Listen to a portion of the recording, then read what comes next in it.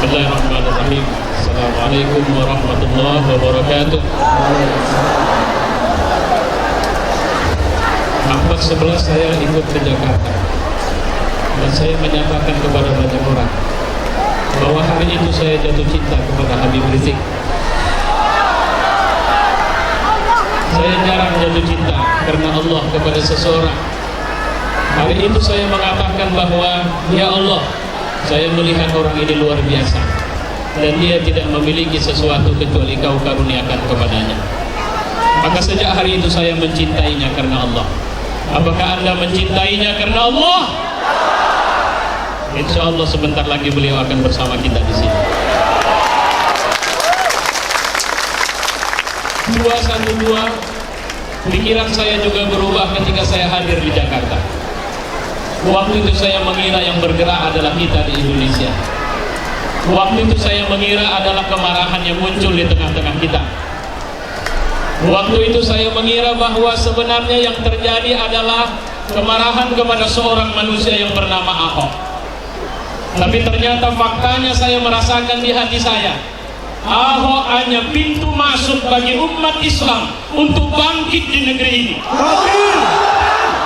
Ahok hanya pintu masuk dan bukan pintu keluar kita. Karena pintu keluar kita hanya ada satu dari dua kemungkinan. Allah memilih kita sebagai syahid, atau Allah akan memenangkan kita di negeri ini. Kenapa saya berpikir begitu? Bahkan saya berpikir jauh lebih dahsyat dari sekedar itu. Semula saya mengira banyak ulama mengatakan bahwa kalian akan memimpin pergerakan umat Islam dunia. Mereka mengatakan bahwa kebangkitan akan muncul dari Indonesia. Saya tidak pernah percaya. Tapi 212 merubah kepercayaan saya. Karena 212 yang kumpul bukan muslim di Jakarta, tapi muslim dari Papua, muslim dari Aceh, muslim dari Kalimantan, muslim dari Sulawesi, muslim dari Nusa Tenggara, muslim dari Bali, muslim dari seluruh pelosok Indonesia. Amin.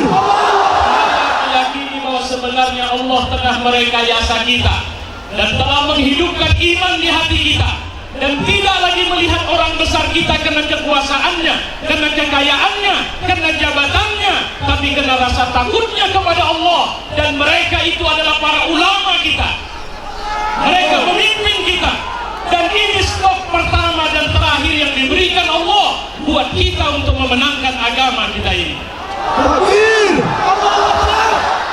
Itulah kenapa saya meyakini bahwa Aleppo, Suriah, Gaza, Myanmar, Thailand, Filipina, Afghanistan, sebenarnya mereka telah memendam rindu. Apa yang kita buat dari Indonesia adalah sebenarnya keinginan besar yang akan membangkitkan kita semua. Allahu Akbar. Lihatlah buktinya waktu itu kita rasakan hari ini. Walau kemarin ada hujan dan hari ini tidak ada hujan, tapi Allah mengirimkan keteduhan kepada kita hari ini. Dan kemudian yang kita rasakan sebenarnya bahwa 7,5 juta umat Islam, kita tidak merekayasanya, panitia tidak menetapkannya, tapi Allah mentakdirkannya bahwa khatib Jumat hari itu adalah manusia yang paling ditakuti oleh para durjana di Republik ini.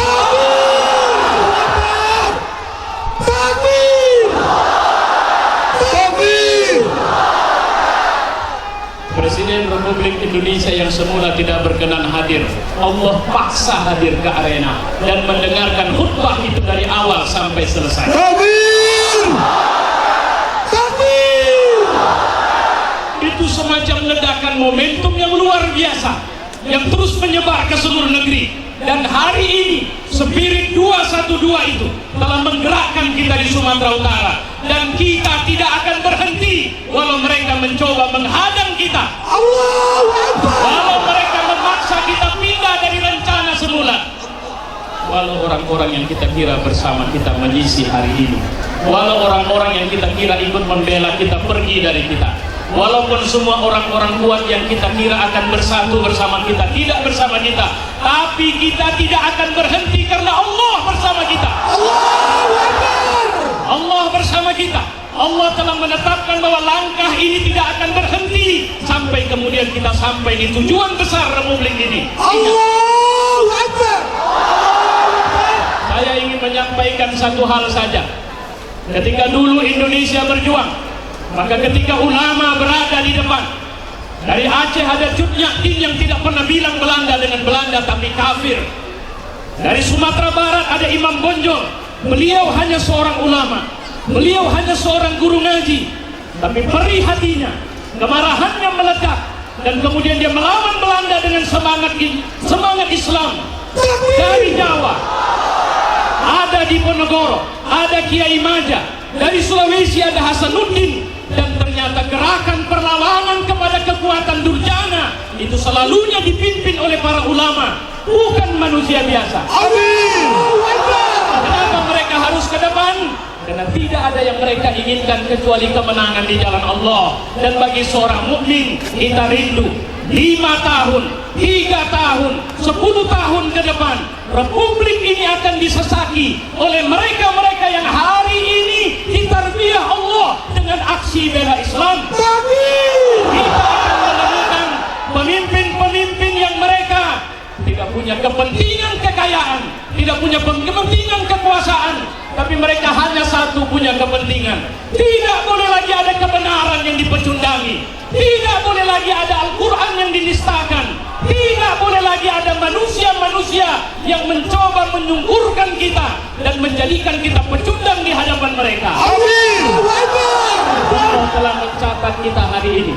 Wahai kalian yang darahnya bergemuruh, wahai kalian yang darahnya bergemuruh karena sebab kalian marah kepada semua orang yang menistakan itu, saksikan bahwa sebenarnya hari ini Allah telah merangkai ikatan gemuruh itu dan akan meledak pada satu waktu nanti.